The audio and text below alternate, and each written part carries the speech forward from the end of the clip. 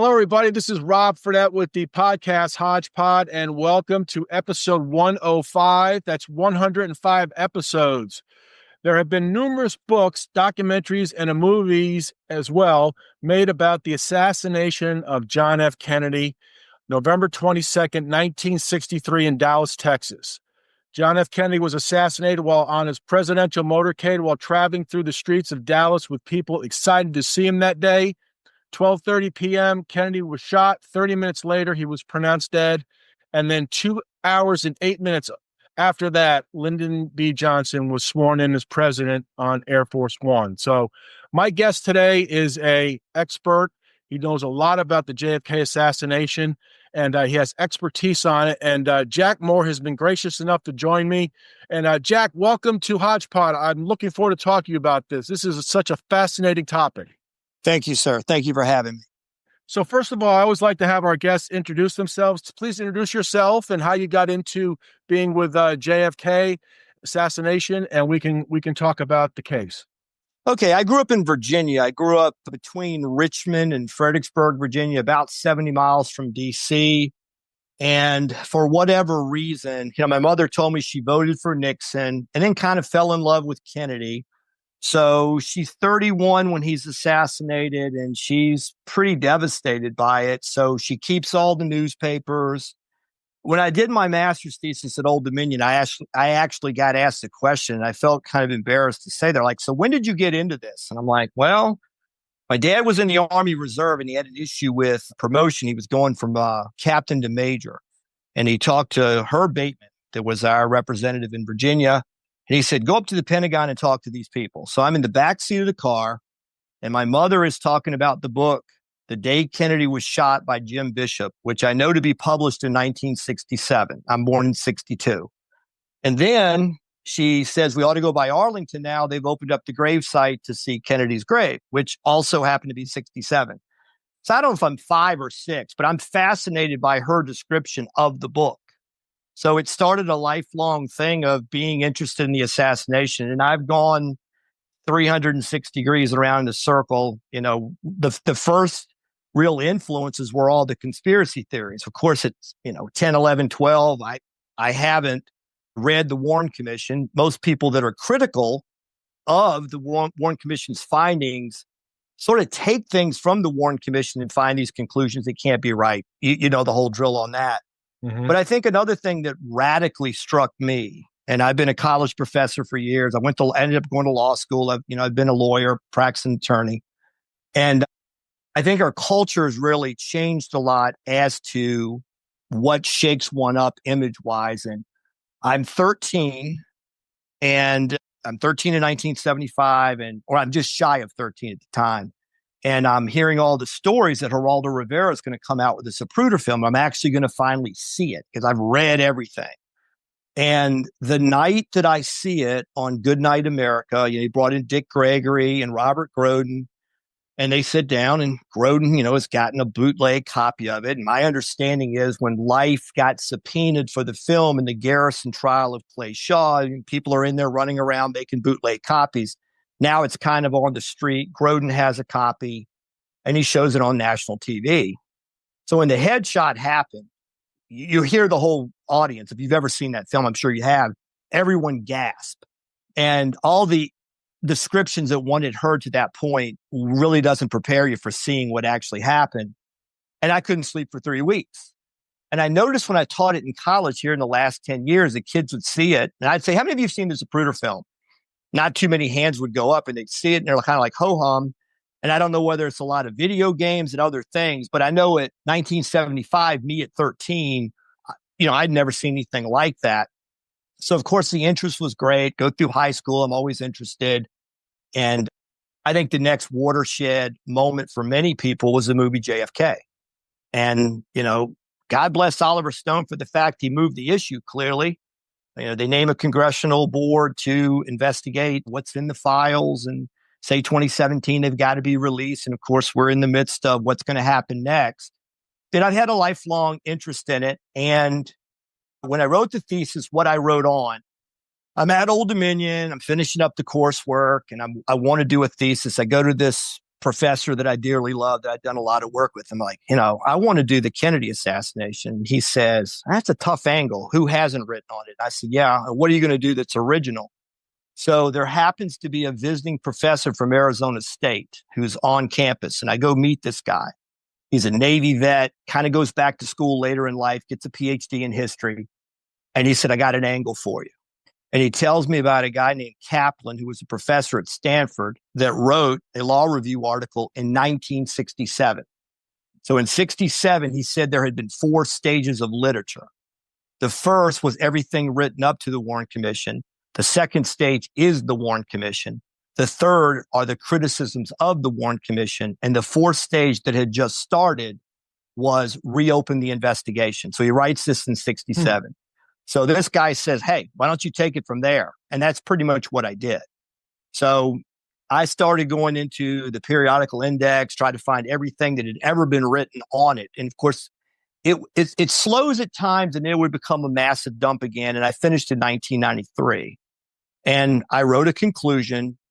And my thesis advisor called me in August of 93. And he said, look, Mr. Moore, I really do respect you. And I've never had any reason to question anything about you. But were you aware of Gerald Posner's book? And I said, no, sir. It's a shock to me, too.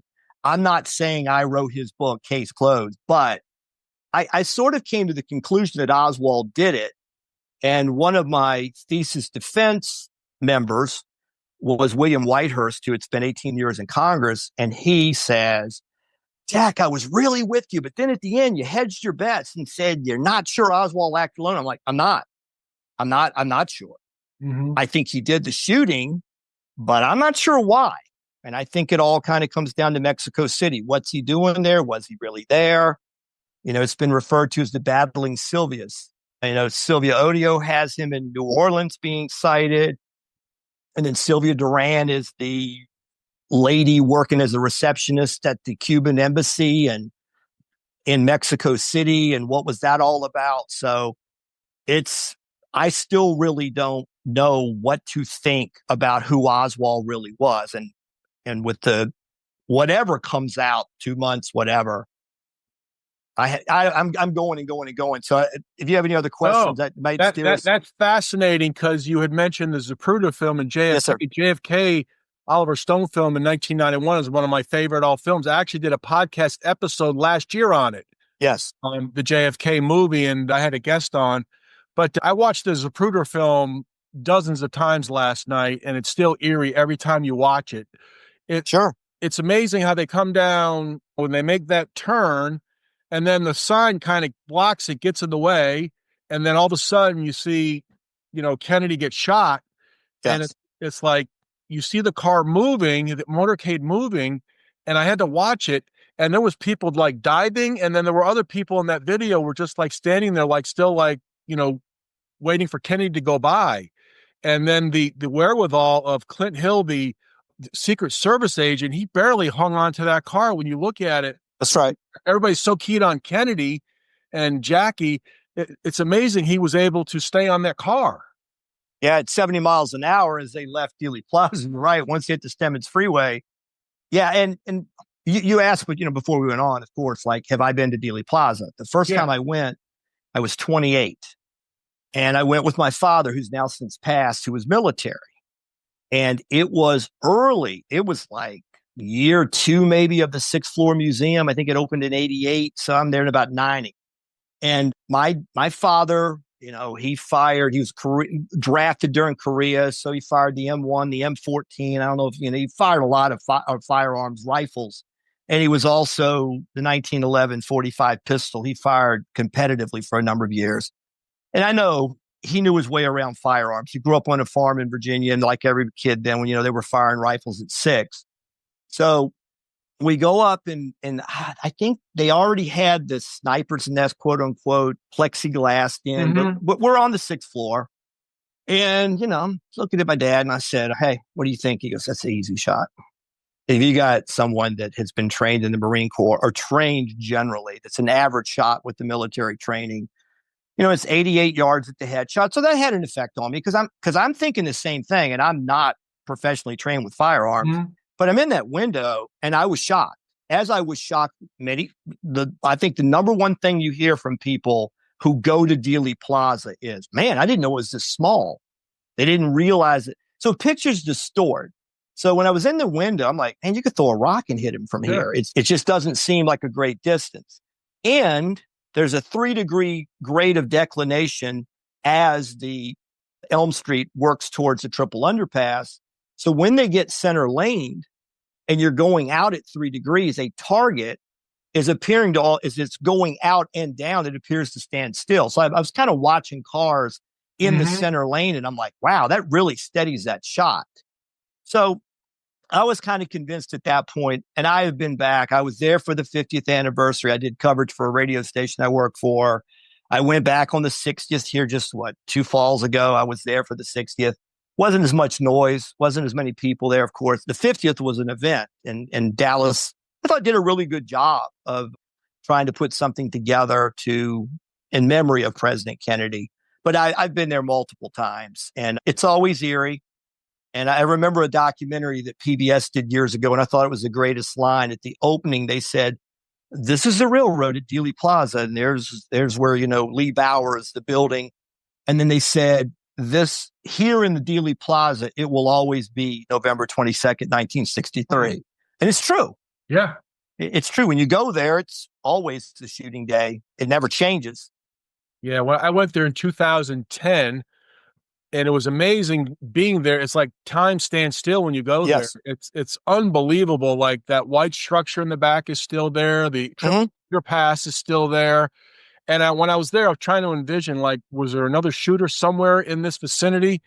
And if I'm not mistaken, there was an X on the street where I think if I'm mistaken, please let me know. Right. I could have sworn there was an X where actually, he had been hit. And it's just like time stands still. I was there for like 2 hours. I was just like blown away by being there. It was just, wow. I like going to historical places, but this was just unbelievable just being there. It's like you said, it looks like time stands still. And it's like people are going to work every day. And it's like, it's weird. It's kind of weird. The X's that you mentioned, I don't know the first year of the X. Like, say, since I've been there since 1990, I think it might have been in the mid 2000s, like 05, 06 or something, because I was aware of it. Man, I went back in 08. I know I was there in 2010, like you were. I was there in 94. And something I want to tell you about that, too. I went back in 94, but I don't want to give up the whole plot, but there's a really interesting thing that happened to me there in 94. Well, when I was there in 2013 for the 50th, the city was very upset about the X's. So, and I have a bunch of photographs I took at the time.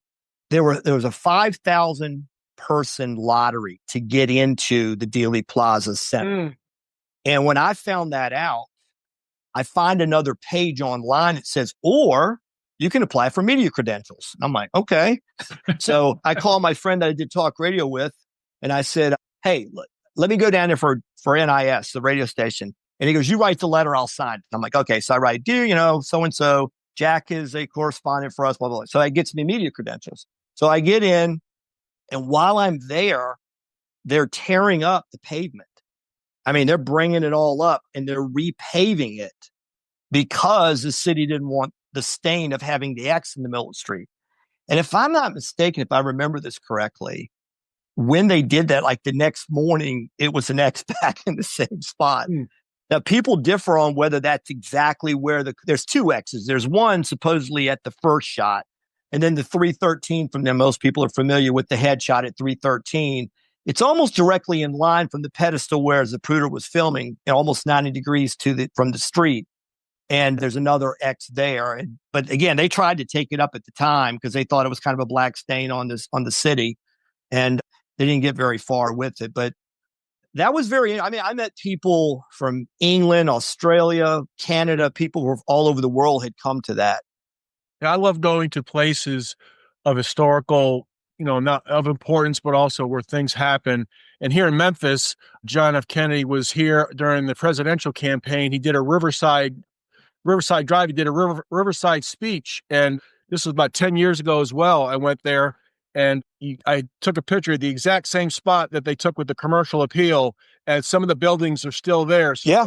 I love that historical, where he stood that time. It's really fascinating. Going back to that film, one thing I remember seeing is past the underpass, there were still people there waiting to wave to the president, if I'm not mistaken. And you can see as the motorcade's going 80 miles an hour, people are still waving. People probably didn't know that he had been shot.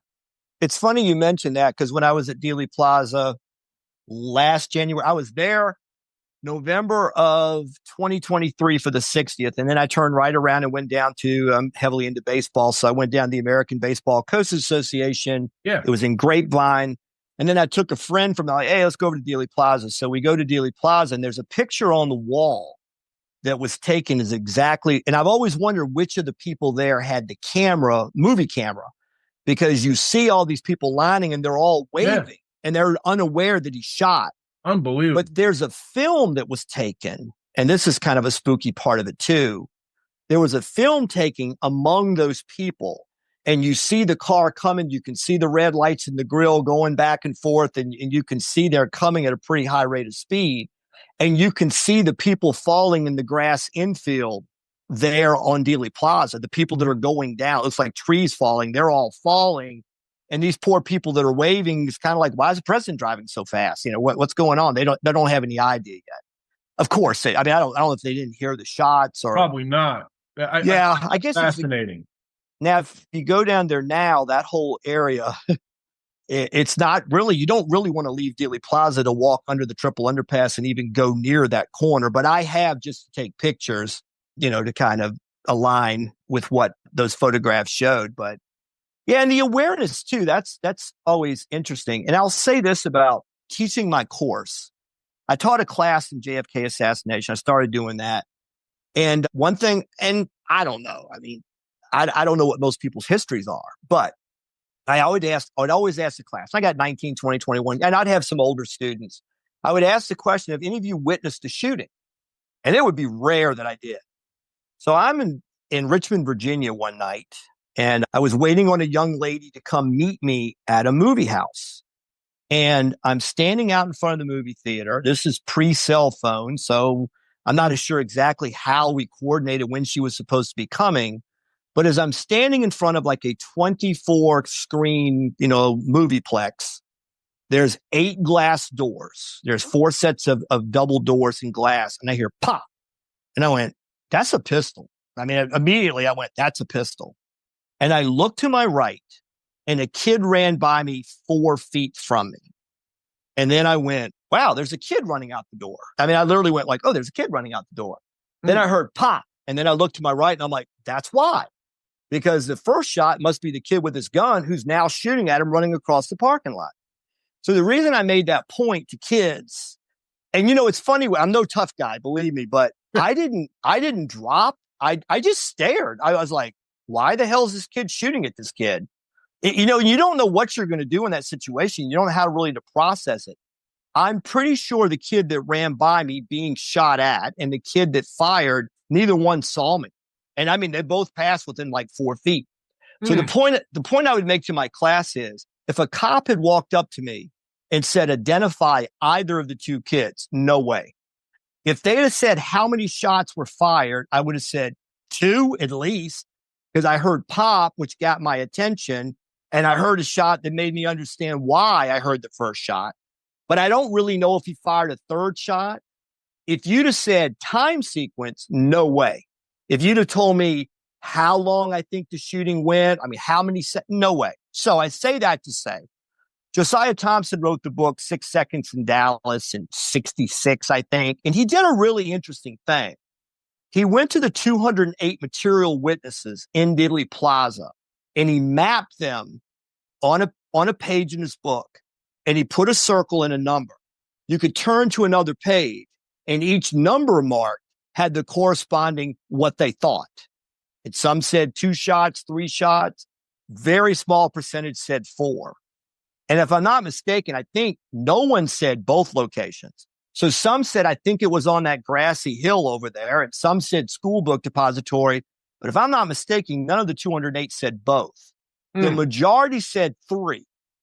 But again, and you've probably seen all the WFAA Channel 8 news coverage is all on YouTube, all of it. So Jay Watson is the director of the news. He's not an on-air personality necessarily. He happens to be in there at lunchtime.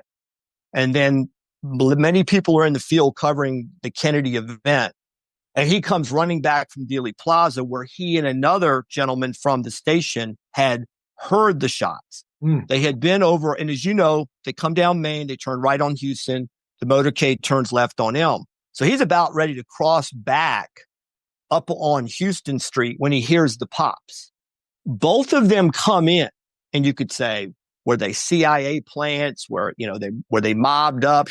But they come in and they very innocently. I heard 3 shots. The gentleman that had come back in from the field said 3 shots. Then they bring in people that had been witnesses, and they said different things. And when asked the timing, they're kind of like, I think it was anywhere between 5 and 10 seconds. So my point has always been on that matter.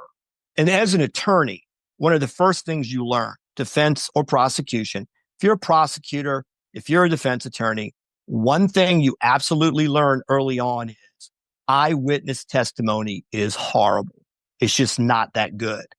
People have emotions and everything else is wrapped up. So when you think about it on that day, you have a bunch of lay people, you have military vets. There were definitely people in the crowd who had experience with firearms and hearing shots near them and all the rest. And some of those were very important witnesses. But the vast majority of people are locked in on a president and first lady and the governor and his wife, but they're locked in on the president. I mean, how many people have seen a president live? Yeah. And then the shooting starts. And there's going to be, very much like my situation I talked about, I witnessed myself. It's like, what the hell was that? So then there's a certain degree of that, and your mind starting to go, and many witnesses said they thought some kid was throwing firecrackers. And like, what a bad joke that is. And many have said when Kennedy reacted to the shot, it's actually balled fist towards his throat. Some thought it was a sick joke of him going like, hey, you got me. They just couldn't process it.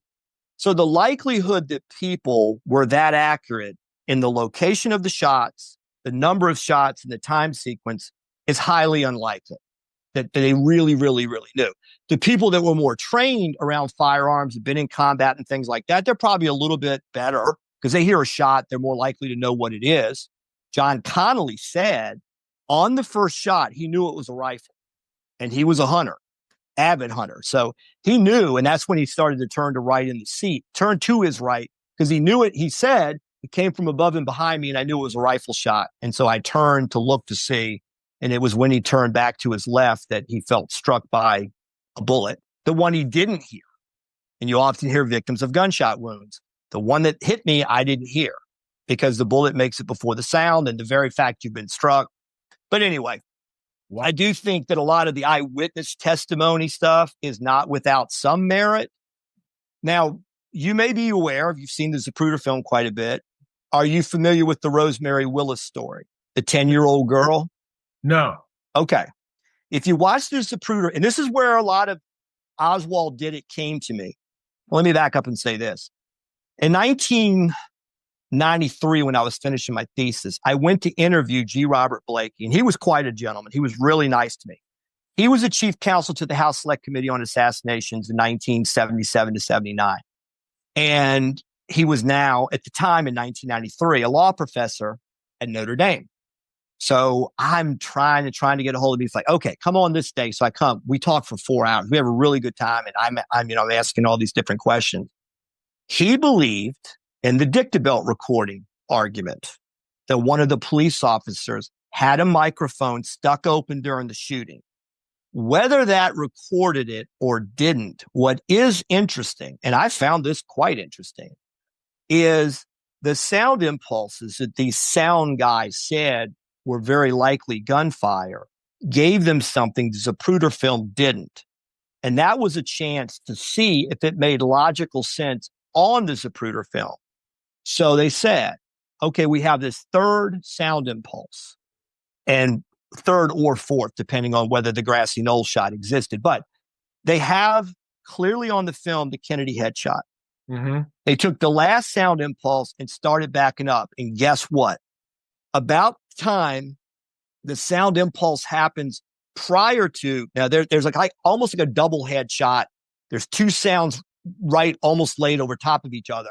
But when they work back X number of seconds on the Zapruder film, that's when that other in sequence shot happens, right about the time that Kennedy is reacting. But what it made them do is something that the Warren Commission did not do. The Warren Commission looked at Kennedy's reaction until the headshot.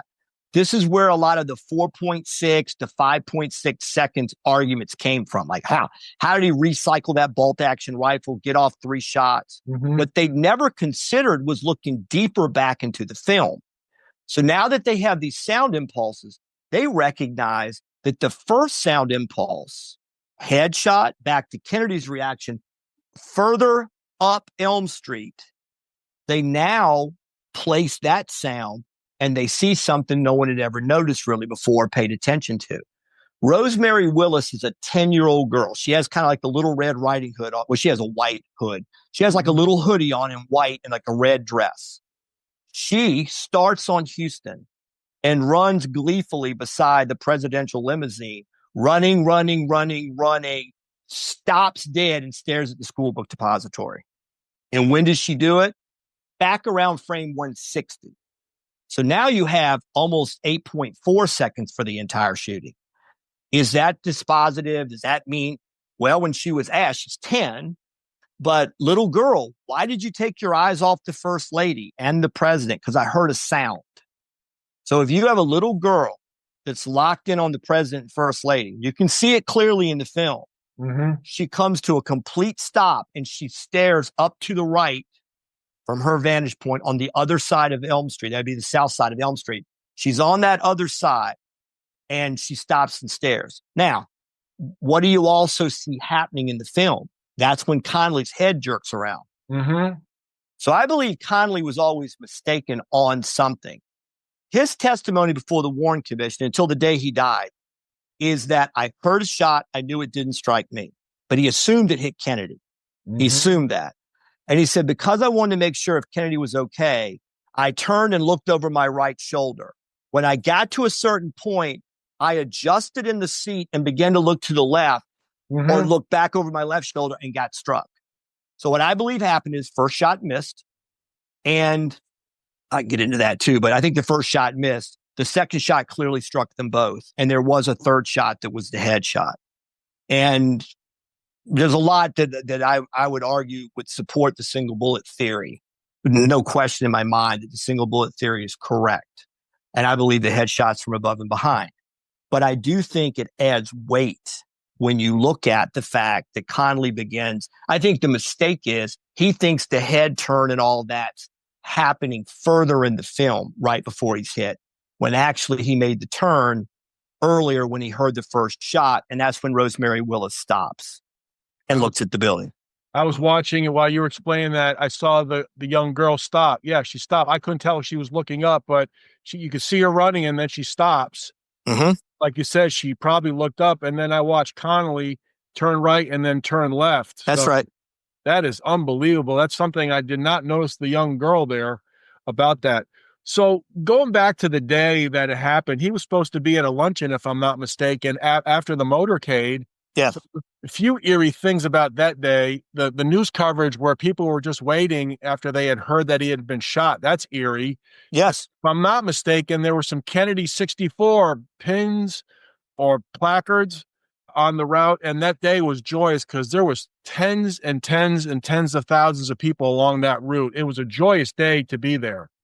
Yes. I would say, though, I think, like a lot of things, there are things that are overly romanticized. You know, you can go back and do the research and things like that. Kennedy was clearly not popular in pockets of the South, and he wasn't popular in Dallas. He wasn't generally. Now, it is true. I don't think there's any question that the Kennedy people and the Connollys, as the governor, were quite impressed by the people of Dallas and the reception he received. I think it did appear to be a very joyous occasion. But his popularity, he won Texas by 43,000 votes in 1960 to get the Electoral College votes. He won it by 43,000. And you know kind of what the alignment history was at that time. We were entering 1964 for his reelection, and much of the South is starting to go Republican, and there's beginning to be some kind of flip in the South as to the Democrat Party. It's argued that it takes a bigger step in 68 with Nixon's victory, but of course that's a split ticket. Wallace wins a lot of the South as a third-party candidate, defeating Humphrey. If a couple of things had aligned properly for Hubert Humphrey, he would have won the election in 68. But Nixon wins with a plurality of the Electoral College. And no, I'm sorry, he got a majority, but a plurality of the popular vote. But of course, he won the Electoral College by a majority. But the country was beginning to split, and then he wins a landslide in 72. But Kennedy, the issue he was running up against was civil rights. Clearly, that was a big issue at the time. Now, where he made some energy, I think, clearly was his background with NASA and its ties to Texas, and let's go to the moon, in Houston. And it was an interesting time. If people are fair to the facts, sometimes we realize that I think politics are generally 45% believe one thing, 45% believe the other. There's a squishy somewhere in between that maybe gets swayed back and forth. I mean, there's some people that are hardcore. They're going to vote one way or the other. But again, as I mentioned, it was a different time. My mother said she voted for Nixon, thought he was a good guy, loved Eisenhower. So she comes from that kind of conservative background. Everybody loved Eisenhower. I mean, Eisenhower was like a hugely popular president across the aisle. But she voted for Nixon. But then she said in 64, she would have definitely voted for Kennedy. I did some research last night getting ready for this, and I went through the Warren Commission report. It is unbelievable reading about that day, and just some of the things I picked out. Lee Harvey Oswald, he didn't keep jobs very much. He was a very hot-headed person. He was not very nice to his wife. And talk about, if you would, maybe some of his travels before the assassination. Mexico City. He tried to go to Cuba, did he not, as well? Well, that's why he went to Mexico City. So sort of the narrative on Oswald is he's born in 1939. His mother isn't apparently mother of the year in a lot of people's eyes. He has an older half-brother and an older brother, Robert Oswald, from the same father. The father dies like 2-3 months before his birth in October of 39 of a heart attack. So now mom has 3 boys, 2 by the same father, and I think the other one was named Pick. I think it's P-I-C. So the other older brother eventually goes off to the military. Robert follows and goes to the military. And mom goes through a series of moves. And at times when she thinks it's too much of a financial strain, will put the kids in an orphanage. So it's just not a model upbringing. He lives in New York City. He is constantly truant. He's in the New York Zoo. He's riding the subway system, kind of fends for himself. He's already getting psychological profiles conducted on him for his rather violent behavior. And then he's born in New Orleans, but he makes this move to the north and then back to the south. And I believe he makes an attempt to go in the Marine Corps at 16. And you could not do that. 17 with mom's signature. So in 1956, when he has just turned 17, mom signs off and he goes in the Marine Corps. Now, some of the things researchers clearly bring up is that he goes in the Marine Corps and he ends up getting, I believe, what would be considered a pretty high rate of clearance. And he is stationed at Asugi Air Base in Japan, where they're flying U-2 flights to do surveillance over the Soviet Union. Now, a lot of historians that I've read have said he never really knew anything. He wasn't really any kind of level of special intelligence, but he's in Japan. And according to the legend and the lore, his Marine, I wouldn't say exactly buddies, I don't think he was a very popular Marine, are noticing that he's reading Russian literature, communist Marxist literature, and he's speaking Russian. Now, his mother says, after his death, My son was trained by the United States military to be a special agent of some type, or he was a plant. And the whole thing of sending him to the Soviet Union was done by the State Department. Somebody, CIA, military intelligence, somebody had set him up to do all these things. Does seem a little bit interesting. I think if I'm not mistaken, he's tested 115, 119 on his IQ. So, he's in that, top 65, 70% of all of us. I mean, he's not a dummy by a long shot. He had some learning disabilities that came out. He had difficulty reading, but he picked up the Russian language, which many people say, you just don't do that. It's not an easy language. I don't know anything about that, but it does seem strange that some, M1A1 standard issue Marine is trying to learn Russian and wants to go to the Soviet Union. It has been brought out that in 1959, he comes in with a request for a dire need discharge based upon the health of his mother. Then there's something in the sequence between his request and his mother's diagnosis for need that doesn't exactly align. It looks like they're issuing the paperwork for his discharge from the Marine Corps before he's actually made it known that he needs the discharge. So there's some questions about that and how things were dated. But he's supposed to go to college in Europe, the Albert Schweitzer School, and he gets all these visas and he's headed over. Then boom, he's in the Russian embassy, or he goes to the Soviet Union. The standard issue story of it is he goes in and they start pumping him for information like, hey, maybe this guy's of some value to us. According to legend, they think he's a joke. He's like, I got all this great information. I'm a Marine. And one of these guys that came out with the Ted Koppel thing, I think it was in 1988, to go behind the wall. The Soviet Union's falling. Maybe it was 91. I guess it was 91. But ABC does this whole expose where they go over, and now they're talking to Kremlin types, and they're like, what do you got on Oswald? And they're like, we thought he was a joke. We thought he was a danger because we didn't understand, why is this kid doing this? So he supposedly gets denied entry into the Soviet Union. He's asked to renounce his U.S. citizenship. I want to be in the Soviet Union. They deny him. He goes in and makes, many people believe, a very superficial attempt to kill himself by cutting his wrist. Right, yes. They find him in a pool of bath water. It's not really considered a real attempt. And what's supposed to have happened, is the Soviet higher ups like, okay, this is looking bad. We got an American who wants to be in the Soviet Union, and he's trying to kill himself. Stan, Bill, what do we do here? And one of them's like, send him to Minsk. So they send him to Minsk. So they send him hundreds of miles that is from Moscow, and they put him in a TV/radio factory, and they give him some money, and they give him a higher end apartment. But then he writes home at one point to Robert. It's like, it's kind of a dull life because I'm making some money. It's not the communist utopia he thought. They're not doing communism right. In my mind, it could be done better. There's nothing to spend the money on. So he meets Marina. He is jilted by another lover who he asked to marry. She laughs in his face. And in his historical diary, he talked of, he said, I'm devastated, ready to cash it in. Then he meets Marina at a dance. Many people on the conspiracy side seems kind of strange that they're married in, I believe it was 6 weeks. In 6 weeks, they're married. Then he starts barking about wanting to come home. Now he has the problem of Marina in tow. Can he get Marina in? Many people point to this on the conspiracy side.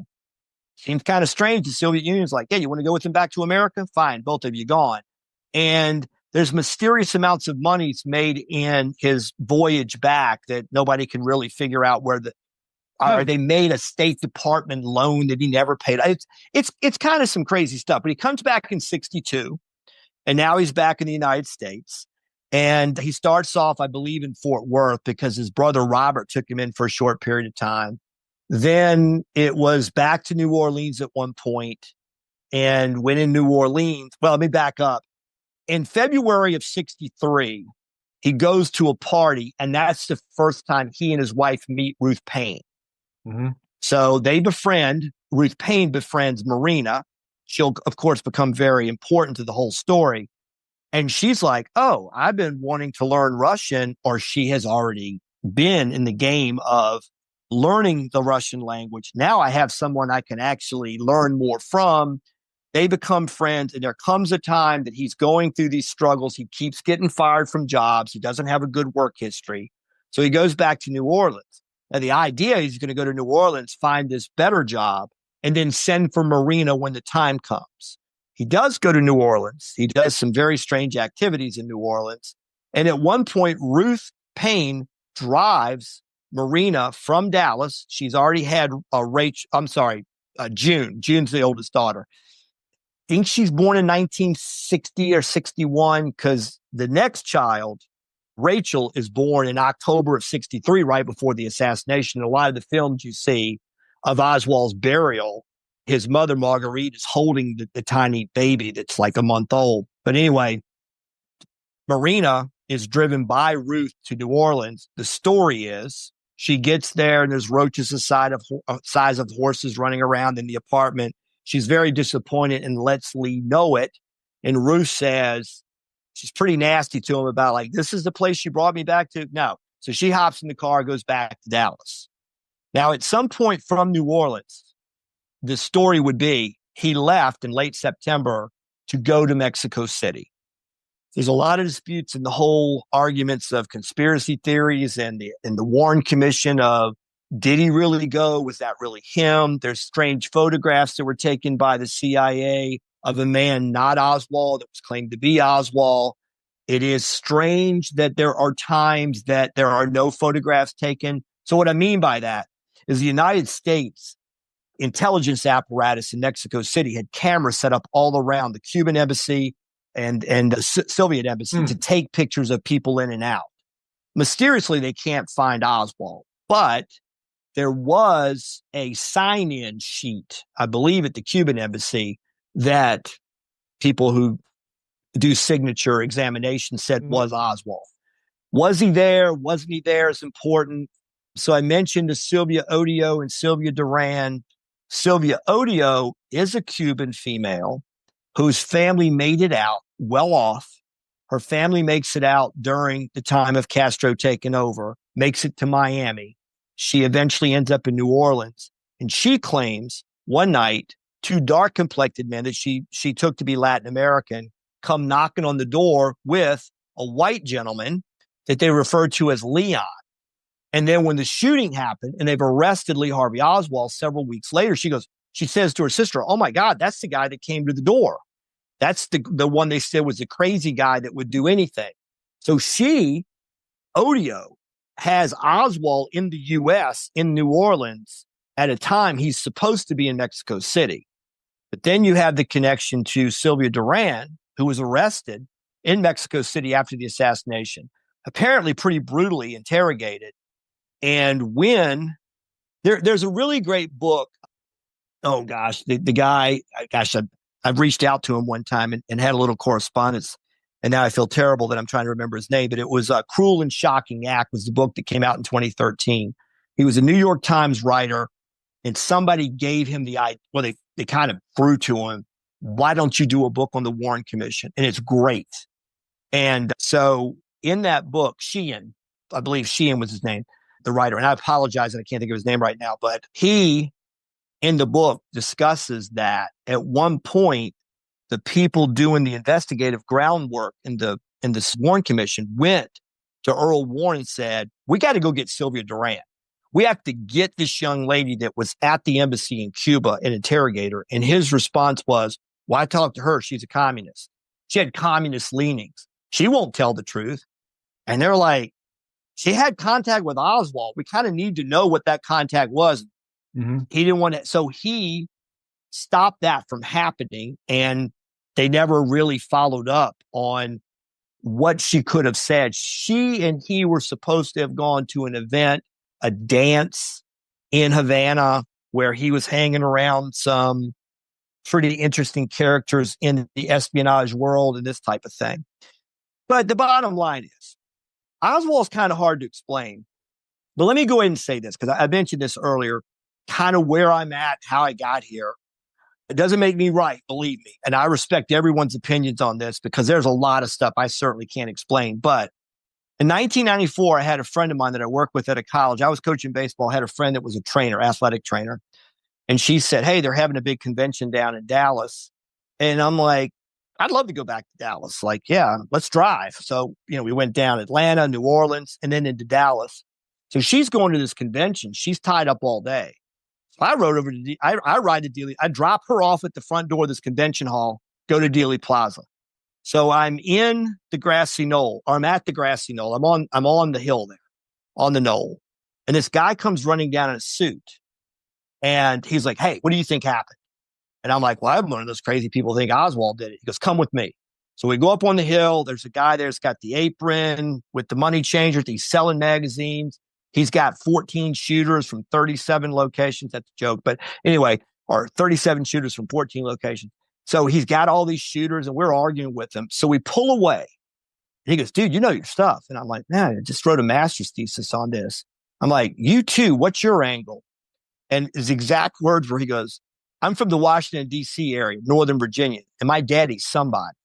And I'm like, I'm from Virginia. And he goes, you are? And I go, yeah, I grew up 70 miles from D.C.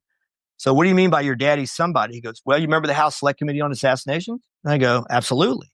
And he goes, my dad made some calls. Next thing I know, I'm on it as a page. And I said, wow. And he goes, oh, yeah, I saw everything. What are you doing tomorrow? And I was like, what do you want to do? So we ride the 1026 North Beckley, where Oswald's rooming house. We go to the Neely Street address.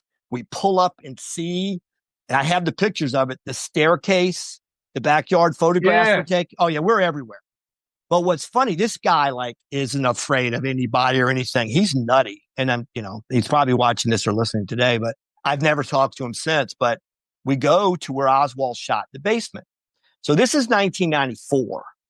And there's a couple of guys probably in their 20s, born in the 70s, and they're in uniform. So it's the Dallas City Police Station. And, it has the jail, which was a holding cell until they took them to county. And these kids don't know anything. And they come walking in and they're like, hey, what you guys doing? And we're like, hey, we're looking at the place where Oswald was shot. And one of them's like, yeah, we've kind of heard something about that. So this guy, who turns out to be a pilot for American Airlines, he's like, you want to know everything that happened in this building? And the kids were like, yeah. He goes, let's get on the elevator. So when I've watched that video of Oswald taking off the elevator right before he shot, we got on that elevator. Jeez. So if you've ever seen the films of the lineup room with the green wall with all the heights, we went in that room. How they ever got all of those people in there, it's like a closet. So we go walking up and I'm like, hey, dude, this is the evidence or the lineup room. So we're there. And then he tells these guys, take me up a couple more floors. So we go to the cell area. Now, people have written on the wall, Oswald slept here. I don't have the idea which cell he was in, but we were up there.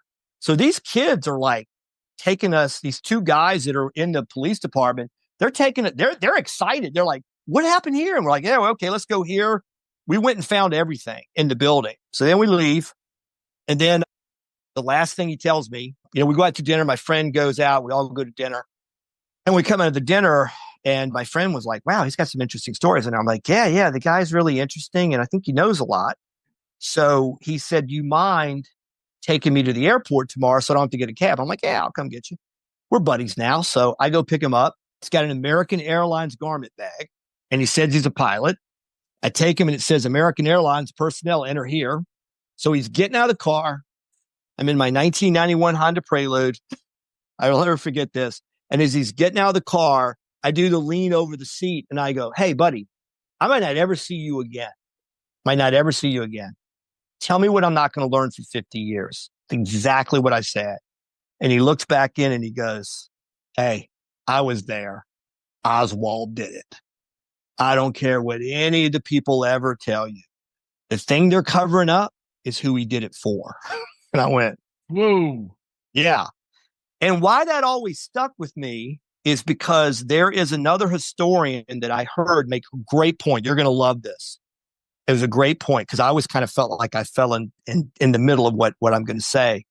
There was an historian I saw that he goes, the Kennedy assassination has created two churches. There's a Church of the Lone Nut.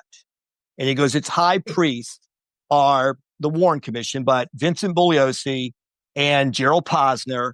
He goes, then there's a Church of the Grand Conspiracy. Its first high priest was Mark Lane, followed by Oliver Stone. And he kind of makes that joke like, and he goes, in the Church of the Grand Conspiracy, any tiny thing that's unexplainable means grand conspiracy. But on the other hand, he goes, the lone nut people, no, it's always Oswald. He goes, there's a middle ground and nobody seems to take it. And like my ears perk up the first time I hear this guy say it. He goes, the middle ground is, yeah, Oswald did it.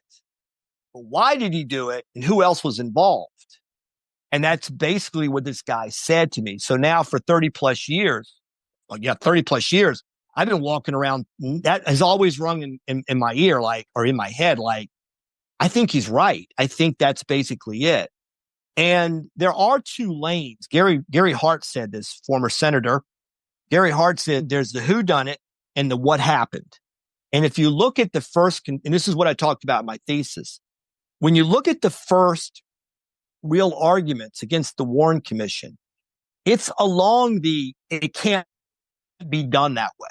It's impossible. Nobody can take a rifle and hit somebody from that, all that kind of thing.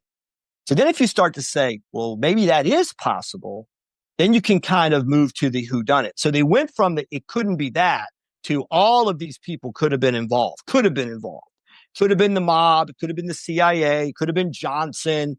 All that's open. You can argue which one of the avenues or routes you want to go, but it all stemmed from got to be multiple shooters. Can't be a single shooter. It certainly can't be Oswald. But then, like I said, if you kind of back up and say it is Oswald, then it opens up, well, who is Oswald and why did he do it? And why does the government cover it up for 60 plus years in the way that it has? Yeah, the Warren Commission is incredible reading, and I'm going to try to finish it off. There's been talk in the news. I think we were communicating before we got on an email about whether President Trump is going to release the files or not. What do you think will happen if they are released, and you think we'll find out some new facts if they are released? I think they'll do whatever, whoever that they are. I think they're going to do whatever they can to muddle it. And I really believe that it's not going to be smoke and gun. CIA was behind it. What I believe, CIA or some other government agency or instrument, I think what you're going to find, and this is me spitballing, is that they knew who Oswald was and they knew the volatility of his nature and they didn't do anything about it. And then maybe Parkland. But one of the things that was depicted, it's a known story, was James Hosty was the agent in Dallas who went out a couple of times in the patrol car. I don't know, the FBI, whatever the service car of the FBI. He'd go out looking for Oswald because they knew he was in town, and he'd find Marina and wouldn't find Lee. And then eventually, after Marina said, there's this guy, he left me a card, James Hosty keeps coming out. Oswald is supposed to have gone to the Dallas field office on November 8th. It was like 14 days or so before the assassination, and asked the receptionist, where's Hosty? He's out in the field. He's doing something. And he goes, okay, I got a note for him. Now, the receptionist says the note said something along the line of, leave my wife alone or I'll blow up this building. Hosty said it said something more like, hey, stop harassing my wife. You want to talk to me, fine, but leave my wife out of it, kind of thing. Either way, there's a note from Lee Harvey Oswald kind of making either a really drastic threat against the FBI and an agent or something not so nice, whatever. So in the movie they depict, he's been sitting on this note. And then when Oswald is arrested, it comes to the attention of Gordon Shanklin, who is the director of the FBI in the city of Dallas. So the way they depict it in the movie, I'm sure it's probably pretty close to this. He comes running out and he goes, hey, so to my attention, you have a note from Oswald? Yes, sir. And you didn't do anything about it? You didn't go run this guy down? And he goes, hey, I get threats from people all the time, but this guy killed the president and you didn't do anything? And so now it's like he's trying to defend himself. Like, well, how the hell was I supposed to know he'd do something like this? And he goes, well, we're in trouble. Now Oswald gets shot. This part, Hosty. So there were two big investigations in the 70s, or things that really started rolling after Watergate. There was the Rockefeller Commission and there was the Frank Church committee hearings. Frank Church, Idaho senator. In that Frank Church hearings, Hosty said, after Oswald was shot, Shanklin called me in his office and he goes, hey, you remember that whole thing about the note from Oswald? He goes, yeah. He goes, get rid of it. And I think he started he goes, no, get the hell out of my office. Burn it, flush it, do it, but get it away from me. Now, people have been arguing about this ever since. I don't know. I didn't work for the FBI. But, the kind of standard issue story was you didn't want to piss off J. Edgar Hoover at any level. In Dallas, pick a town. If you were in the FBI, you didn't want that. So I think one reasonable argument is Shanklin's like, if it gets back to the big boss, that we had a note here in Dallas. Now Oswald's shot. He's not going to be tried. Go get rid of it. And he later admits that 13 or so years later, 12 or so years later, Hosty admits that Oswald did, in fact, leave a note that had never was reported to the Warren Commission. There's so much that Allen Dulles is on the Warren Commission. And the whole time, Allen Dulles, fired, former director of the CIA, fired by John F. Kennedy. He's sitting there the whole time knowing that they had enlisted the mob to kill Castro. He has to know that this could have been, as they say in the business, a blowback. He knows that. Another thing that's interesting in I think it is Sheehan's book, Cruel and Unusual Act, which was some of the first words of the Warren Commission. This was a cruel and unusual act against the peace and dignity of the people of America. One of the other interesting stories that starts off is Wagner Carr, who was the Attorney General for the state of Texas, I think calls J. Lee Rankin, who was the chief counsel to the Warren Commission, and says, hey, you got a real problem here that I want to make you aware of. And he goes, what's that? He goes, the word on the street at social gatherings, Dallas, is Oswald was an FBI agent. He goes, what? Yeah, he's got a number 172. There's a lot of specificity to this and just kind of want to make you aware of it. So Rankin goes to Earl Warren and says, hey, at the next meeting, actually calls it, I think, an emergency meeting. Hey, at the meeting, you might want to let the members know that there's some scuttlebutt in Texas that Oswald was an FBI agent. This is really an interesting passage in the book. So he sits him down and Warren's like, yeah, I got this word about him maybe being an FBI agent. Tell you what I'm going to do. I'm going to give J. Edgar Hoover a call. We're going to bring him over here, put him under oath and ask him some questions. And they said, or this is the way it was depicted, that Dulles speaks up and he goes, what the hell are you going to do that for? And Warren goes, to find out. And he goes, he's not going to tell you the truth. And that Warren is just flattened. He's like, what do you mean he won't tell me the truth? He'll be under oath. And he goes, if you called me, I'd lie. And he goes, I'd lie for the CIA in a heartbeat. That Dulles literally says that in a meeting of the Warren Commission members. He goes, if he's a good agent, he'll lie. And Warren doesn't understand that world. So I do think there were a lot of competing interests. And we found this out with 9/11. CIA knew something, the FBI didn't. Nobody shared information. Then when a 9/11 type of event happens, what is every agency trying to do? They're trying to get egg off their face. They don't want to be the ones blamed for blatant missing this or missing that. So I think that's what we're going to find out. I think we're going to find out that agencies knew a lot about Oswald and they didn't do a very good job of following up on some things that they probably should have. And Secret Service did a really well. I know there's an expert on that too that would almost convey that the Secret Service was even complicit in the assassination. I don't know that particular expert I'm thinking of, but what we do know is that many of them went out drinking till 4 or 5 a.m.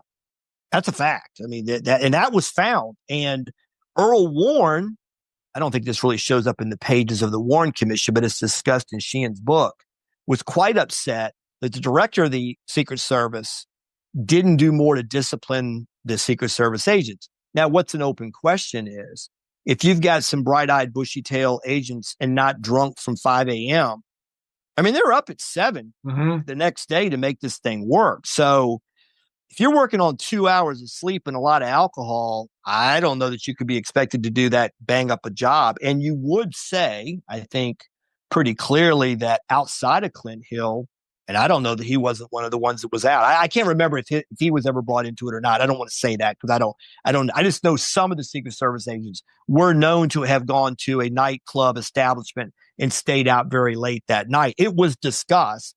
And it was discussed before the director of the Secret Service, what you're going to do about it. And it was kind of like, well, they feel bad enough as it is, which after the Trump shooting in July, remember, you kind of heard the guy that got thrown into the director's chair to follow the one that resigned.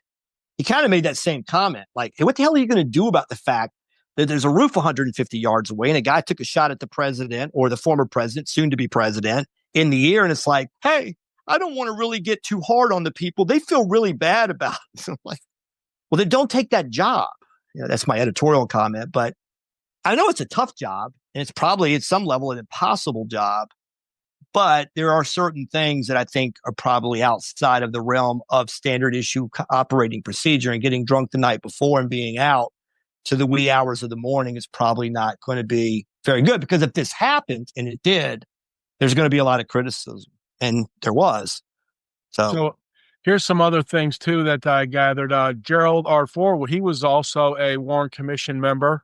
And I did hear last night, getting ready for this, LBJ would talk to him to ask him to come on the commission. There was a 1.5-minute phone call, pretty direct, pretty brief. And he was very complimentary of LBJ.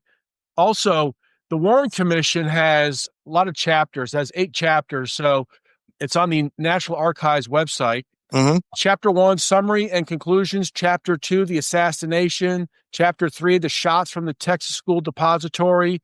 Chapter 4, the assassin. Chapter 5, detention and death of Oswald. Chapter 6, investigation of possible conspiracy. I haven't read that chapter.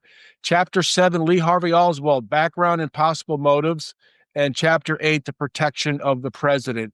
So those are just the chapters on it. Talk about, was there any concern, like, the open air motorcade? Was that car supposed to be covered, or was there any concern about that? I know you're looking at it back 60 years. Were there any concern about that? Oh, I think there was absolutely, I think there was absolutely concern, but there's a lot of footage of Kennedy. Now, this brings up some more issues with conspiracy theorists. There are a lot of films of Kennedy in open limousines. And let me back up and say a little bit about that. I'm pretty sure the Queen Mary, which was the follow-up car, was a 56 Cadillac. That had been Eisenhower's car. So that became the backup Secret Service agent's car, the one that Clint Hill and the follow-up guys were in. Oh, gosh, I just read the other day. I think in today's dollars, it's like $6 million. Or I think it's 500,000 then, but with inflation, it's some ungodly figure. But what that was like a standard Lincoln from the Ford Motor Company that was sent to another location, and the car was cut in half. Once the car was cut in half, they extended it out from the middle, and they created that space for the jump seats. The back seat had like a hydraulic apparatus where you could raise the back seat up to 10 inches. So Kennedy did standing tours in the car. He rode in the car. He did it in Europe. So they'd fly the car all over the country and the world, and that was his standard car that he rode in. None of the glass. So it came with all of these different ways to set up. It's got a windshield. Other than that, everything was up for grabs. You could put a back glass on, you could put side glass, depending on how they wanted to set it up. But none of it was bulletproof nor bullet resistant. It was just like some kind of fiberglass type of glass that was light and removable and just protected against the rain. Now, when I mentioned being in Dallas in 2013, one refrain I heard over and over for the 50th anniversary, I fly in and the calendar fell in 2013, just as it did in 1963. I fly in the first day I'm there, Wednesday the 20th, it's 73. The next day, it's 55 and overcast. The day we go out for the event, the 50th anniversary of the Kennedy assassination, it's 36 and spit and snow. And I've been in Dallas before when it was snowing, but I heard, oh gosh, if it had been this 50 years ago, they never would have ridden around open in a car. And that's true. So when they get there the morning of, and they fly in from Fort Worth, they come to Dallas, it's iffy because it had been cold and rainy, and then the sun pops out.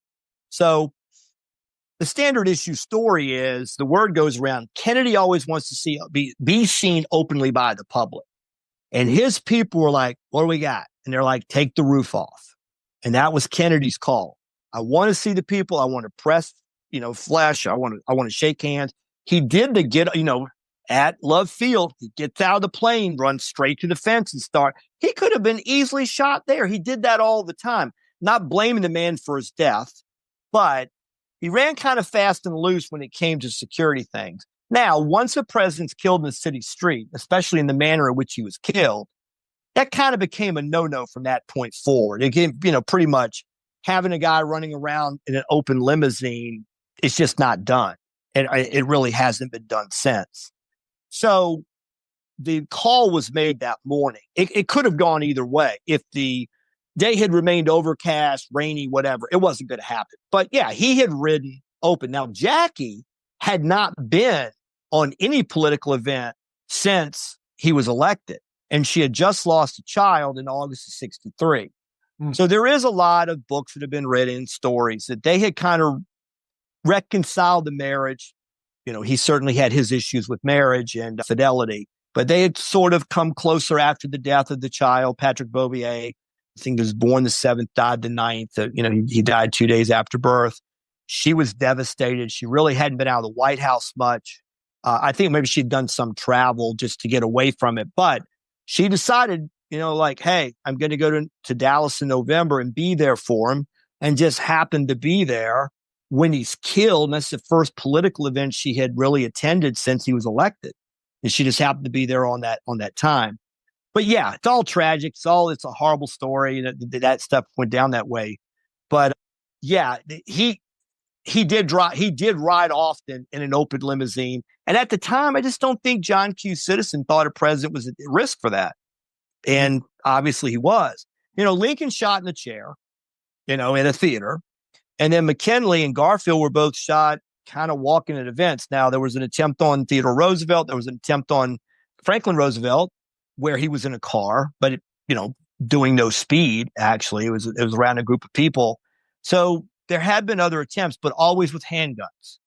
Everything to this point had been handguns. The fact that it's a rifle from a window from that distance is kind of odd, because most people are willing to trade their life for the president's life, are going to come up at point blank range and fire. So this kind of idea of firing from somewhat cover and trying to escape is not common until the attempt on Trump kind of fit that as well. Now, what that kid's plan would have been, if he had struck Trump, would he have tried to jump off the roof and get away? Or should he have known that, counter snipers were going to take him out immediately? I don't know what the kid's thinking. I don't know that we'll ever. You're talking about a mystery. What the hell happened there? And will we ever really know anything about that kid? There's a lot that fits kind of that same pattern of lone nut. We don't know anything about him and what his motivations were and that type of thing. But yeah, it does look weird to us today. It does. They're like, wait a minute, you mean a president was riding around in an open limousine? That seems kind of crazy. It definitely does today. But a lot of that craziness comes from the fact he was killed in the manner in which he was killed. Talk about also from the time Kennedy was shot until Lyndon B. Johnson was sworn in. That's a little over 2 hours? Kennedy shot at 12:30 Central Standard Time, pronounced dead at 1 p.m. And I want to say Johnson took the oath at 2:38. But I'm trying to remember if it was 2:38 Central or the 38 part sticks in my head. And I'm trying to remember. I know that they had to, they didn't leave.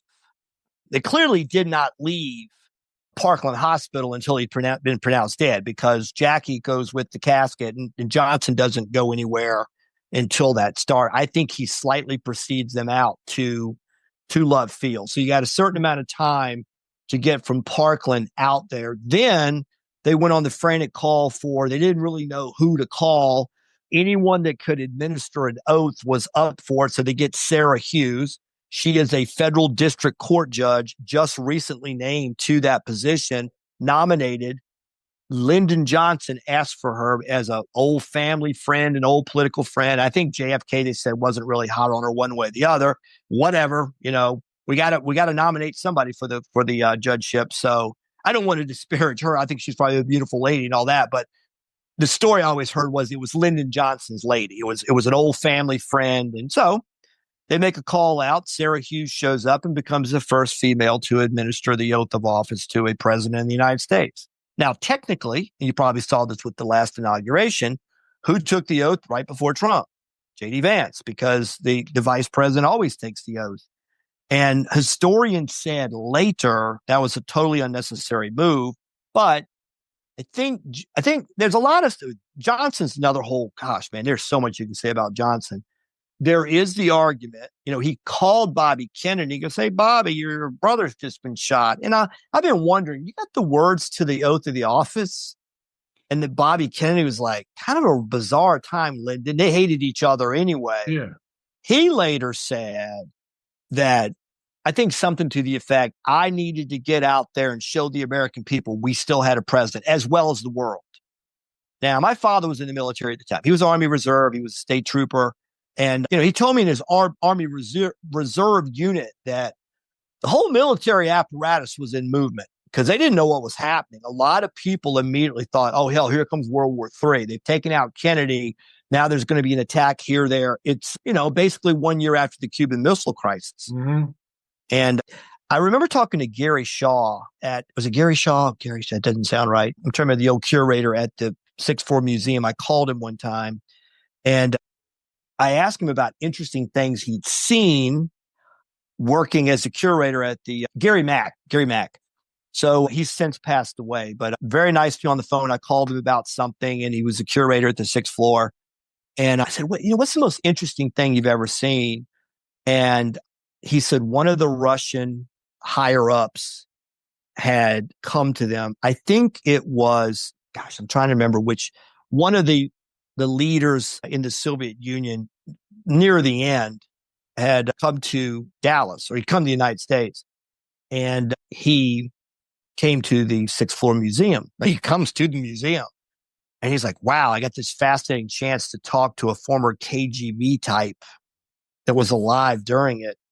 And he said to this KGB type of agent who later had a lot of horsepower in the actual government, he said, what was your first take on it? Because we were scared to death. And it was interesting to hear that from the Soviet. He goes, yeah, we were so afraid we were going to get blamed and we knew damn well we didn't do it. Like we knew we didn't, but they're thinking like they're sitting there with their finger on the trigger. Like, are we going to have to go to war? Because if the United States misinterprets this. So he said, so you guys, he goes, no, we clearly knew we did not do it. We clearly knew that. Oswald, once that report came out, oh, hell, this is the guy that was hanging out in our place. And oh, my gosh, now he's back in the U.S. and they're going to think that we set him up to do this. Now, again, that might just be cover for something else. But it was interesting to hear that from a Soviet Union member who has some horsepower within the government. It's amazing, too, like just in that 2 hour and 8 minute span, how the continuity of government happened. I'm sure it was very stressful and chaotic behind the scenes, but the show of strength at that time. Well, what do you think?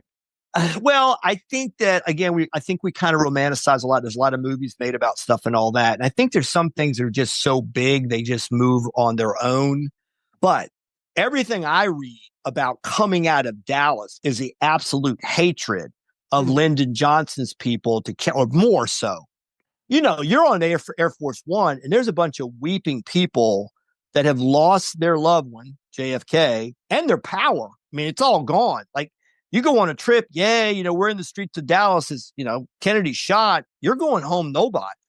I'm not saying that was their sole motivation. I'm sure that they were, but the whole world got upset. And one of the really sad stories I heard was Evelyn Lincoln, that was Kennedy's personal secretary. She comes on board when he first became a U.S. senator in 52 elections, so 53. She's kind of in the secretarial pool in and around D.C. They meet, they like each other they become kind of friendly, and she stays as his personal secretary. So when he becomes president, She's got her own office off the Oval Office. And there's a story that's been told that she goes running crying to Bobby Kennedy on like Saturday morning, November 23rd. She's on the flight. She flies back.